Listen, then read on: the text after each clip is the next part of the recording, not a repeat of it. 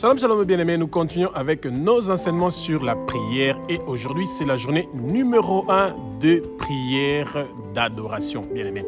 Le peuple de Dieu doit comprendre que nous devons grandir spirituellement, nous devons devenir puissants en Jésus-Christ de Nazareth. Nous devons grandir spirituellement et qu'il y a des moments où, en tant que chrétiens, nous ne devons pas seulement être là en train de demander des choses à Dieu. Non, nous devons à un certain moment aussi prendre le temps de pouvoir être des adorateurs, non seulement en esprit, mais aussi en parole.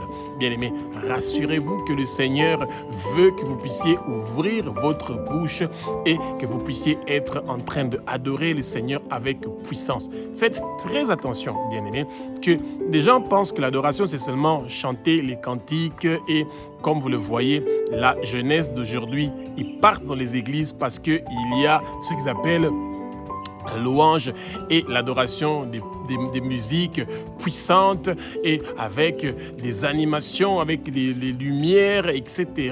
Et que c'est toutes ces choses-là qui est en train de changer et de transformer leur vie. Bien sûr qu'il y aura des gens qui seront transformés, bien-aimés, parce que où on parle de Jésus, il est présent. La moisson est grande et on a besoin de beaucoup des ouvriers.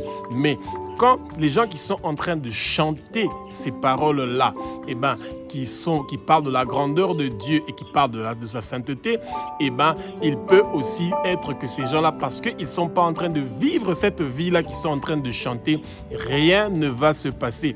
Dieu est un Dieu qui est juste.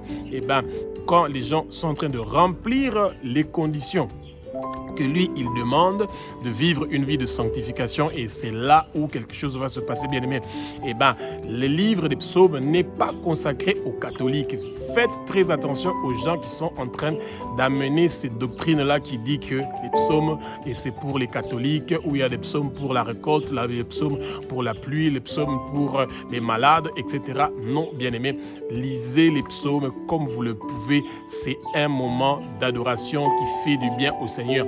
Quand vous lisez la Bible à haute voix, c'est un moment d'adoration déjà qui a commencé, bien aimé.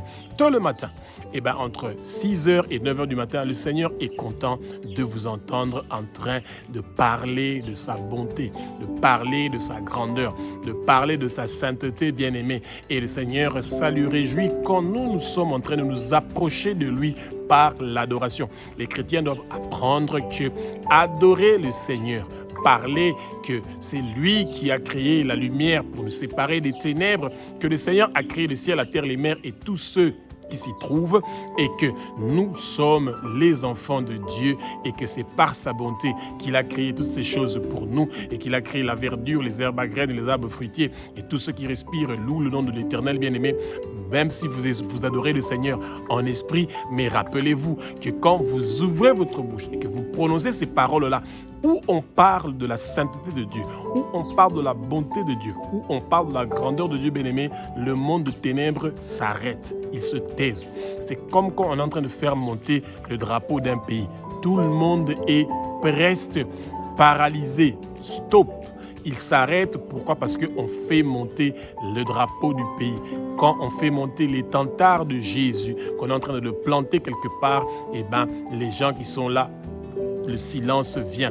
Bien-aimé, que le Saint-Esprit prend le contrôle de ma bouche, que ce que je veux dire, ce ne sont pas des paroles qui viennent de moi, que ce sont des paroles qui sont inspirées par le Saint-Esprit. Vos écailles, nos écailles sont en train de tomber, nos yeux s'ouvrent, nos oreilles s'ouvrent et nous allons recevoir la compréhension de la parole. Bien-aimé, nous allons connaître la vérité et la vérité va nous affranchir, comme c'est écrit dans Actes chapitre 2, le verset 1 au verset 4, que devant un petit du Saint-Esprit commence à souffler dans le lieu où vous êtes. Soyez remplis du Saint-Esprit, recevez le feu, la flamme, et que maintenant le Seigneur commence à nous utiliser pour que les paroles qui vont sortir de notre bouche soient des paroles qui sont puissantes, qui sont en train d'amener le changement et la transformation dans notre vie, dans la communauté où nous sommes, dans la région où nous sommes, dans nos familles, que quelque chose se passe parce que nous sommes en train de parler de la grandeur de Dieu, des grandes choses qu'il est capable de faire, ce Dieu qui a créé tout être vivant qui se trouve dans les eaux. Il a créé les petits poissons, il a créé les grands poissons, il a créé les monstres marins et les léviathans léviathans qui sont les marchepieds de nos pieds. Il a créé les oiseaux du ciel. Ce Dieu-là est le Dieu que nous servons. Le Dieu d'Abraham, d'Isaac et de Jacob. Celui qui est le Dieu de génération en génération, y compris notre génération bien-aimée. Ces paroles que vous êtes en train de dire, ces paroles sont en train de changer, de transformer le monde, même si vous ne le voyez pas.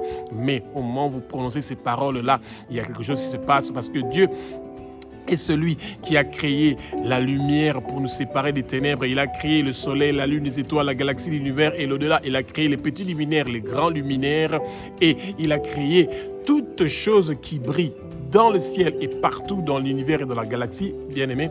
Et c'est pour ça qu'aujourd'hui, le Seigneur est en train d'apporter quelque chose de grand qui est en train de se passer, bien-aimés. Le Seigneur est celui qui a créé les bétails, les reptiles, dont il a fait les marchepieds de nos pieds, bien-aimés, parce que tout serpent et tout scorpion qui va s'approcher de nous pour nous piquer et nous faire du mal et apporter la mort, ils ne vont pas réussir et prospérer, bien-aimés. Et rassurez-vous que le Seigneur est un Dieu qui est merveilleux. Il a créé l'homme et la femme selon leur ressemblance et il nous a donné le pouvoir, bien-aimés, de pouvoir dominer sur ce que lui, il a créé parce qu'il est le créateur. Abba, notre Père qui est aussi notre Dieu, notre Roi. Et au nom de Jésus-Christ de Nazareth, nous avons reçu, bien-aimés, le pouvoir, la réussite dans toutes choses que nous sommes en train d'entreprendre. Nous serons en haut et non en bas. Nous serons la tête et non la queue, bien-aimés. À un moment, il faut apprendre aussi à prier, à ne pas seulement être là en train de demander des choses à Dieu, mais de parler de sa bonté, de sa grandeur et de sa sainteté.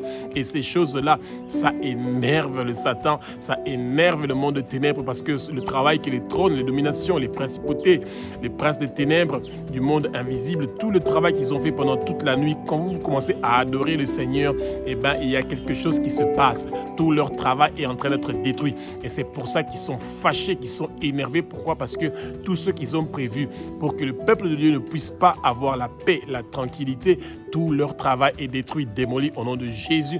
Et le peuple de Dieu est entouré, encerclé par la muraille protectrice du feu du Saint-Esprit. Et c'est pour ça que tout danger qui était préparé, les flèches du jour et de la nuit qui étaient tirées contre le peuple de Dieu ne vont pas réussir et prospérer parce que nous avons la victoire. Nous avons le triomphe et parce que nous sommes des adorateurs de Jésus et que nous nous approchons de lui par l'adoration, en parlant de sa grandeur, en parlant de sa sainteté, bien-aimé, le Seigneur est là en train de nous utiliser comme ses instruments pour que nos paroles, notre adoration soit en train de briser les chaînes, de briser les portes des cages spirituelles et des prisons spirituelles et que le monde de ténèbres est en train de voir des choses merveilleuses en train de se passer, que tout le travail qu'ils ont fait pendant toute la nuit, pendant toute une semaine, pendant tous des mois, pendant des années, leur travail est en train d'être détruit pas en quelques secondes par le sang précieux de Jésus qui est le roi des rois, le Saint des seigneurs et aujourd'hui nous avons la victoire et la réussite au nom puissant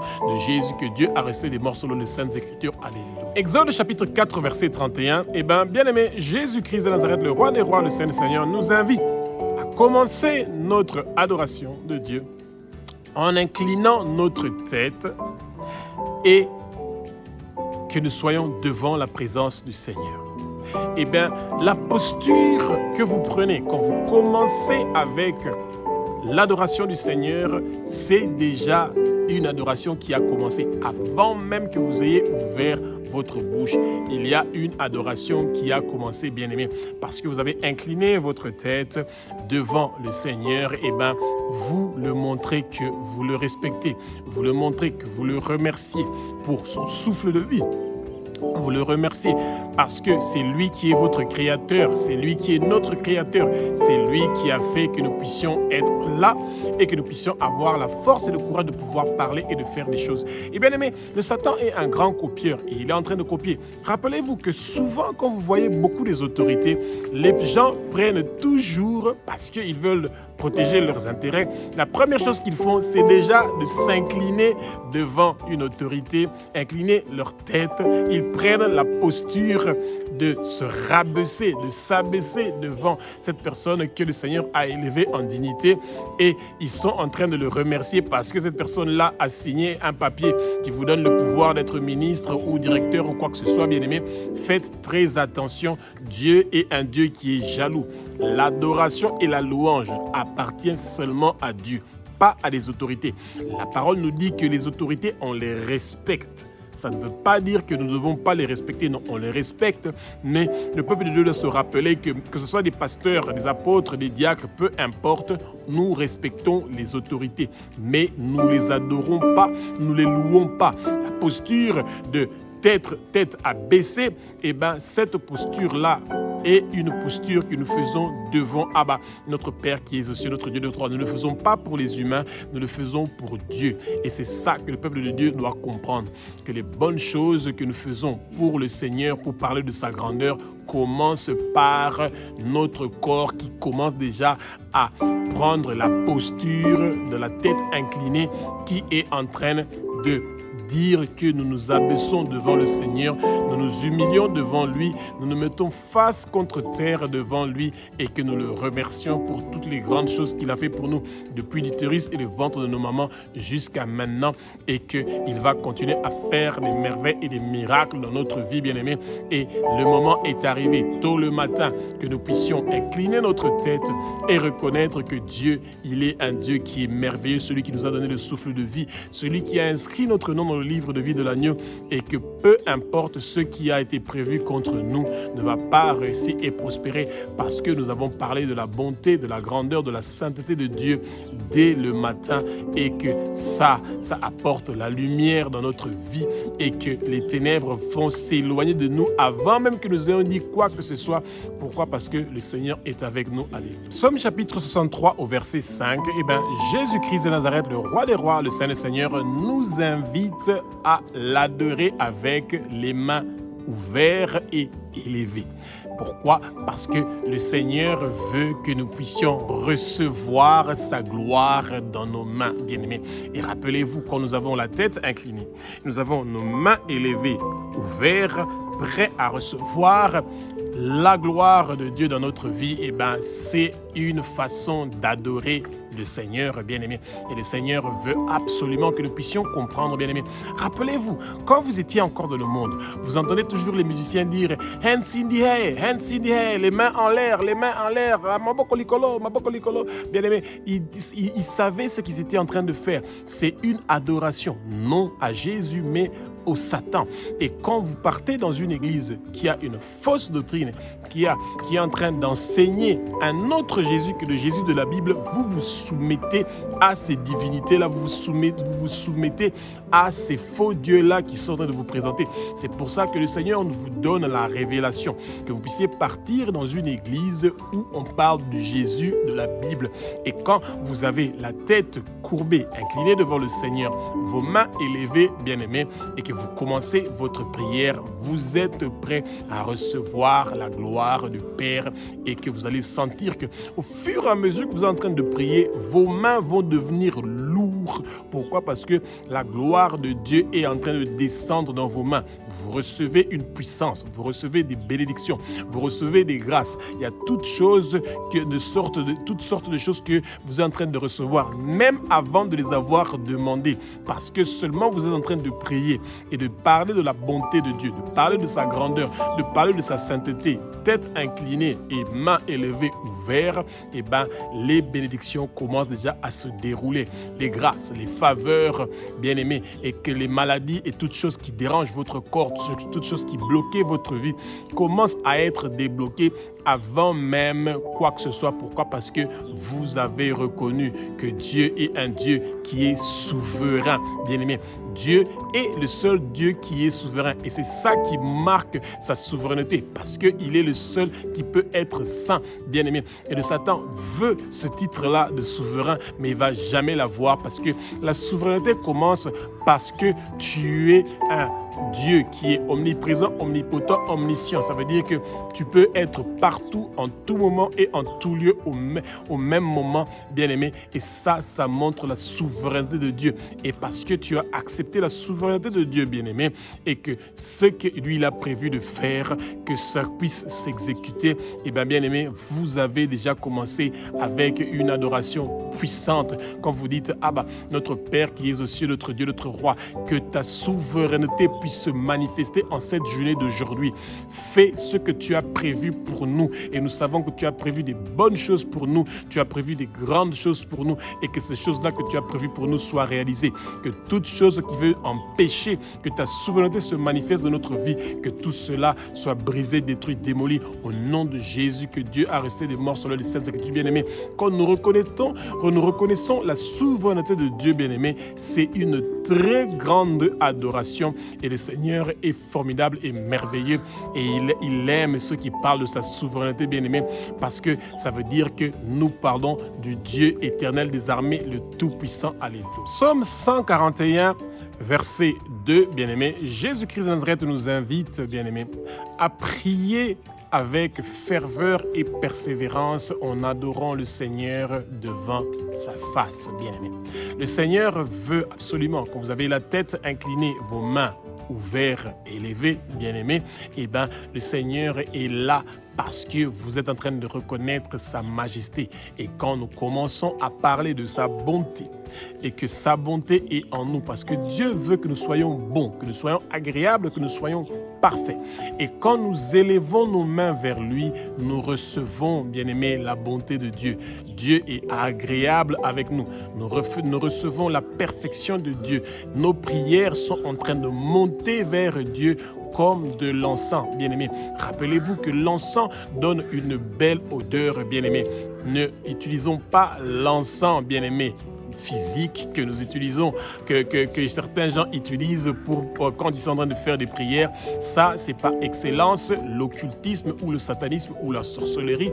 En tant qu'enfants de Dieu, eh ben, nous devons savoir que beaucoup de choses se passent spirituellement. Ça veut dire que quand vous êtes en train de prier, vous ouvrez votre bouche, que les belles paroles sont en train de sortir de votre bouche qui parlent de la bonté de Dieu, de sa grandeur et de sa sainteté. C'est ces paroles-là qui sortent de votre bouche, alléluia, qui est un encens qui est en train de monter vers le Père. C'est cette odeur-là de vos prières qui est en train d'alléger le cœur du Seigneur pour que le Seigneur arrête tous les plans maléfiques que le monde de ténèbres avait prévus contre vous et contre vos proches, contre votre communauté, contre la région où vous êtes. Rappelez-vous, bien-aimés, quand Noé est sorti du bateau, eh ben, après le déluge, quand il a fait une offrande, un sacrifice vers le Seigneur et que ce qu'il avait brûlé, ça a donné une bonne odeur, cette graisse qui donnait une bonne odeur et que le Seigneur a entendu et que le Seigneur a regretté pourquoi il avait fait cet acte-là d'avoir exterminé tout le monde avec le déluge et il s'est promis de ne plus le faire, bien-aimé.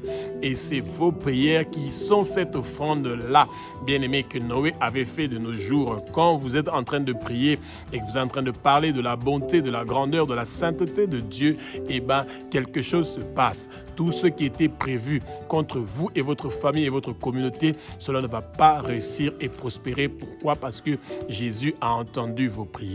Avec votre tête courbée et que avec vos mains qui sont élevées ouvertes, et ben vous êtes en train de recevoir le retour de ce que l'encens que vous avez envoyé vers le Seigneur est en train d'amener un résultat. Quelque chose se passe, bien-aimé, et c'est pour ça que le Seigneur veut qu'il y ait des gens qui se portent à la brèche, qui se tiennent debout, qui se tiennent tôt le matin réveillés pour commencer à parler de la bonté, de la grandeur de Dieu, de sa sainteté. Et ces gens-là vont recevoir une grande récompense. Pourquoi? Parce qu'ils ne réalisent pas ce qu'ils sont en train de faire, mais c'est des grandes choses qui sont en train de se passer. Alléluia.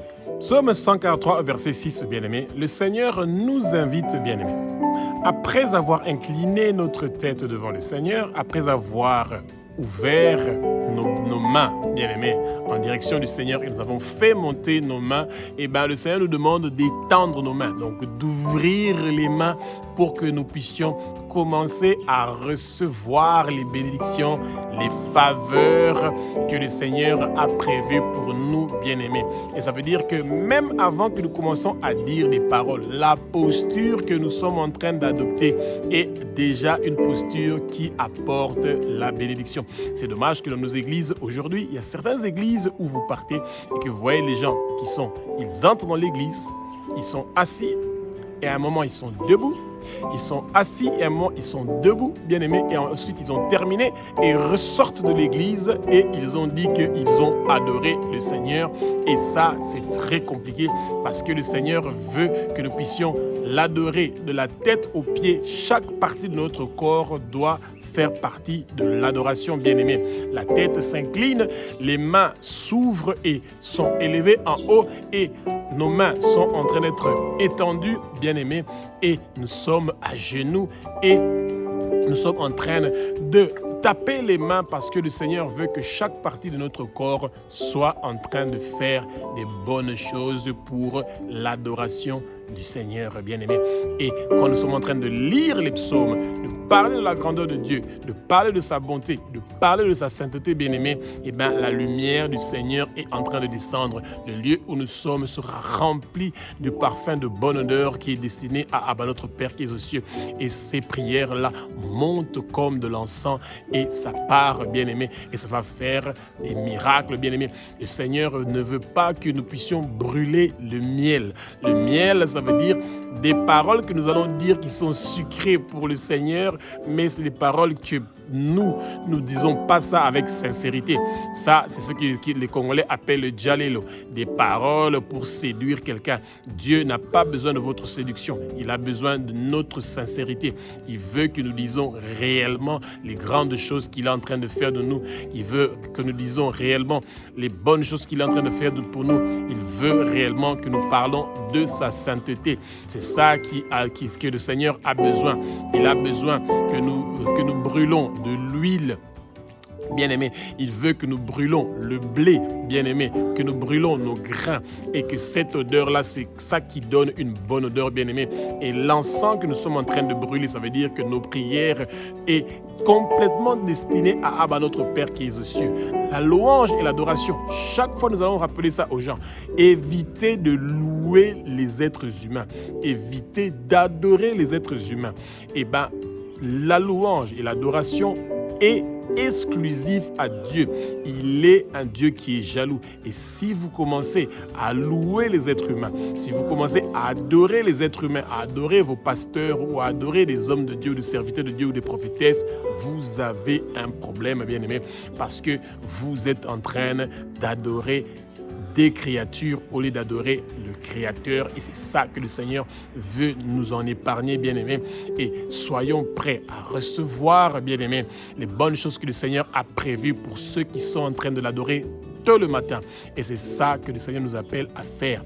Et cette adoration-là est profitable à nous et à tous ceux qui sont près de nous. Pourquoi? Parce que nous sommes un canal. La bénédiction se transmet aussi par la prière. Quand les gens qui sont proches de nous sont en train de recevoir ce parfait, cet encens-là de bonne odeur de vos prières, quelque chose est en train de se passer au nom puissant de Jésus, que Dieu a resté des morts selon les Saintes Écritures. Alléluia. Tôt le matin, Jésus-Christ de Nazareth nous invite, bien-aimés, à avoir soif de lui. Que nous voulions qu'il nous donne l'eau de vie, bien-aimés. Jésus veut que nous ayons soif de sa parole. Et avoir soif de Jésus, c'est quelque chose que nous devons demander tous les jours, bien-aimés. Tous les jours, nous devons dire que nous avons faim de toi, Jésus. Nous avons soif de toi, Jésus.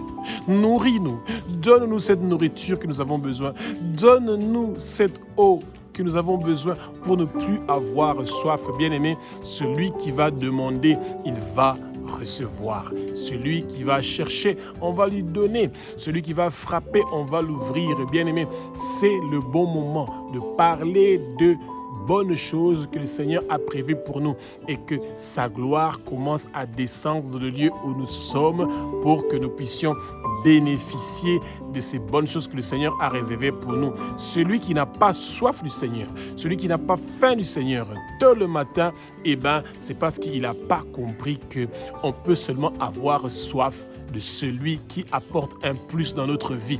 Et il s'appelle Jésus. Et c'est pour ça que quand vous êtes en train d'adorer Jésus-Christ de Nazareth, de le louer pour sa bonté et sa grandeur et sa sainteté, il comprend que vous avez soif de lui, que vous avez faim, que vous voulez absolument absolument que Jésus vienne dans votre vie. Invitez Jésus dans votre vie. Jésus veut que vous l'invitez dans votre vie, que vous l'invitez dans votre journée pour qu'il puisse venir souper et dîner avec vous, bien-aimés. Et c'est ça que le peuple de Dieu doit comprendre, que le Seigneur veut que ce soit nous qui prenons l'initiative en l'adorant, en parlant de sa bonté, en parlant de sa grandeur, en parlant de sa sainteté, nous l'invitons, bien-aimés. Rappelez-vous, quand nous parlons de Jésus, nous disons que Jésus, tu es le roi des rois. Jésus, tu es notre sauveur. Jésus, nous avons soif de toi parce que tu es la source de vie. Tu es la résurrection. Tu es la vie. Viens en nous. Nous voulons que tu sois en nous.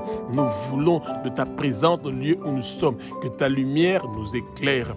Que les ténèbres quittent le lieu où nous sommes, bien-aimés. Rassurez-vous que vos paroles, même si vous ne le voyez pas, il y a une lumière qui est en train de venir parce que vous avez dit que vous avez soif de cette lumière. Vous avez dit que vous avez soif de la présence de Jésus. Et c'est pour ça que maintenant, tout de suite, il vient. Il est là où vous l'avez invité. Et il commence déjà à faire ces miracles, ces prodiges. Les grandes choses sont en train d'être faites maintenant, aujourd'hui. Parce que vous avez pris votre temps tôt le matin de commencer à adorer le Père, à adorer le Fils, à les inviter de prendre le contrôle de votre journée. Que le Saint-Esprit commence à allumer sa flamme, son feu, et que ça commence à brûler toute chose qui veut vous empêcher de pouvoir recevoir vos bénédictions, vos faveurs et les bonnes choses que le Seigneur avait prévues pour vous qui êtes ses adorateurs et qui parlaient de sa bonté et de sa grandeur. Alléluia. 2 Chroniques chapitre 6 du verset 12 au verset 13, bien-aimé. Jésus-Christ de Nazareth, le roi des rois, le Saint, le Seigneur, nous invite, nous qui avons cru en lui, Jésus, de lever nos mains en l'air, incliner notre tête, bien-aimé, et de nous mettre à genoux. Quand nous nous mettons à genoux devant le Seigneur, bien-aimé, c'est une position très confortable parce que la position suivante où vous pouvez aller encore plus bas qu'à genoux, c'est d'être allongé, plat, face contre terre. Ça veut dire que c'est l'extrême humiliation. Et quand vous vous mettez déjà à genoux, ça veut dire que vous reconnaissez déjà la supériorité. Vous reconnaissez déjà la grandeur de Dieu par rapport à vous. Lui, il est en haut et vous, vous êtes en bas. Et vous, vous êtes celui qui est son serviteur et lui, il est le maître. Et c'est ça que nous devons nous rappeler, bien-aimés, que nous devons nous abaisser, nous devons nous humilier devant le Seigneur, bien-aimé. Et ça, c'est quelque chose qui commence avec se mettre à genoux. Il y a beaucoup de chrétiens qui ont cette difficulté-là, de se mettre à genoux pendant la prière. Vous devez vous rappeler que se mettre à genoux, vous ne le faites pas pour votre pasteur, pour les hommes, pour les autorités, vous le faites pour votre Dieu quand vous êtes en train de prier. Et se mettre à genoux, c'est un acte d'humilité. C'est un acte qui montre que vous êtes abaissé. C'est un acte qui montre que vous avez soif de pouvoir être totalement humble devant le Seigneur et que vous dépendez totalement de lui et que c'est lui, parce que vous vous êtes abaissé, que c'est lui qui est en train de vous relever et il est en train de vous élever en dignité aujourd'hui, maintenant, parce que vous avez montré, bien-aimé, que vous êtes un Dieu, qu'il est un Dieu qui est merveilleux. Il y a beaucoup de religions que vous allez voir qui sont en train de s'humilier devant le faux Dieu, bien-aimé, et qui sont en train de faire les mêmes gestes que les chrétiens font, mais le Satan leur demande de faire ces choses-là parce que lui, il veut toujours copier, bien-aimé. Quand vous voyez qu'il y a des religions où ils se mettent à genoux, ils descendent, ils montent, ils descendent, ils montent, vous connaissez ces religions-là, ils sont en train de faire ce geste-là d'humilité envers un faux Dieu, envers un Dieu qui n'est pas le Dieu créateur, non. Pourquoi? Parce qu'ils refusent que Jésus est le Fils de Dieu. Ils disent que Jésus est le Fils de Marie et que c'est un grand prophète. Jésus est le plus grand prophète que le monde a connu et Jésus est le Fils de Dieu et Jésus est Dieu. Et c'est pour ça que le monde doit faire attention, bien-aimés. Nous devons parler de la grandeur de Dieu. Les chrétiens doivent apprendre à s'humilier devant le Seigneur et à savoir prier à genoux. Et c'est quelque chose qui est important, que vous ne devez pas avoir honte de le faire où il y a des gens, ou quand vous êtes dans votre chambre, où il y a une possibilité où vous pouvez vous mettre à genoux pour pouvoir adorer votre Seigneur, eh bien, faites-le et vous allez avoir aucun regret. Eh bien, la position de notre corps est déjà une adoration avant d'avoir prononcé une seule parole, bien-aimé. Nous inclinons notre tête face vers la terre, nous élevons nos bras, nous étendons nos bras et nous ouvrons nos mains, bien-aimés, et nous nous mettons à genoux et nous sommes en train de recevoir la gloire de Dieu qui est en train de descendre à nous. Nous montons à Dieu que nous avons besoin de lui, que nous avons soif de lui et que nous voulons absolument que sa présence se manifeste dans le lieu où nous sommes. Alléluia. Éphésiens chapitre 3, verset 14, eh bien, Jésus-Christ de Nazareth, le roi des rois, le Seigneur, nous invite, bien-aimés, à nous offrir nous-mêmes en tant que sacrifice, bien-aimés, et à pouvoir fléchir nos genoux. Bien-aimés, rappelons-nous, bien-aimés, que tout genou est en train de fléchir devant le Seigneur, à commencer par nous, bien-aimés. Quand nous avons déjà fléchi nos genoux, ça veut dire que nous sommes à genoux. Ça veut dire que toute chose qui est en train de nous combattre doit fléchir leurs genoux comme nous le faisons devant le nom de Jésus-Christ de Nazareth. Et bien aimé, quelqu'un qui est à genoux peut difficilement venir pour vous faire du mal parce qu'il a déjà accepté, il s'est soumis que Jésus est le maître et que lui ne peut rien faire avant que son maître lui ait dit de faire quoi que ce soit. Rappelez-vous que quand la police est en train d'agir, ils disent toujours « haut les mains ». Vous levez les mains et vous dites « mettez-vous à genoux ». Mais vous mettez à genoux, c'est parce que vous êtes soumis à cette autorité-là. Eh bien, c'est ça. Mais Jésus ne veut pas que nous soyons soumis à l'autorité du Satan. Il veut que nous soyons soumis à son autorité, bien-aimés. Et c'est pour ça que quand nous nous mettons à genoux devant le Seigneur, dans notre prière, pendant notre moment de louange et d'adoration, nous nous soumettons complètement. Nous sommes complètement dépendants de Jésus. Et le peuple de Dieu doit comprendre ces réalités-là. Et que quand vous continuez à faire les choses comme les païens le font, bien-aimés, ils se mettent debout, mains en l'air, et ils sont en train de crier et ils reçoivent des démons qui sont en train de venir pour détruire leur vie. Nous n'avons pas besoin de ça parce que nous croyons que Jésus est le Fils de Dieu, qu'il est Dieu, qu'il a versé son sang sur la croix de Golgotha pour nous, et c'est pour ça que nous avons la victoire, la réussite et le triomphe. Nous ne devons pas nous mettre à genoux en train de faire des incantations, en faire des répétitions, bien-aimés, des prières parce que nous voulons plaire à un maître qui est en train de nous pousser à le servir au lieu de servir le Créateur qui est notre Père, qui est aussi notre Dieu, notre Roi, et nous sommes en train de servir la créature. Que le Seigneur éloigne toute personne qui veut vous égarer et qui veut vous interdire de pouvoir louer et adorer Dieu de la façon que le Seigneur nous dit dans sa parole. Et c'est ça que nous devons enseigner aussi à nos enfants, que même quand nos enfants, bien-aimés, ne savent pas prier avec des paroles, le fait que nos enfants inclinent leur tête, qu'ils élèvent leurs mains et qu'ils ouvrent leurs mains et qu'ils étendent leurs mains et qu'ils se mettent à genoux, et que même quand vous, le parent, vous êtes en train de prier, vos enfants sont aussi déjà en train de prier parce qu'ils ont pris la position de la prière, la position de l'adoration. Et c'est pour ça que le peuple de Dieu ne va pas négliger la position de l'adoration. Tête courbée, bras ouverts et tendus, mains élevées et ouvertes pour recevoir la gloire du Père, et à genoux pour signe de soumission, et vous allez voir les merveilles qui vont se passer dans votre vie. Vous recevez la puissance de Abba, notre Père qui est notre roi. Au nom de Jésus, que Dieu a ressuscité des morts, que vos prières deviennent puissantes.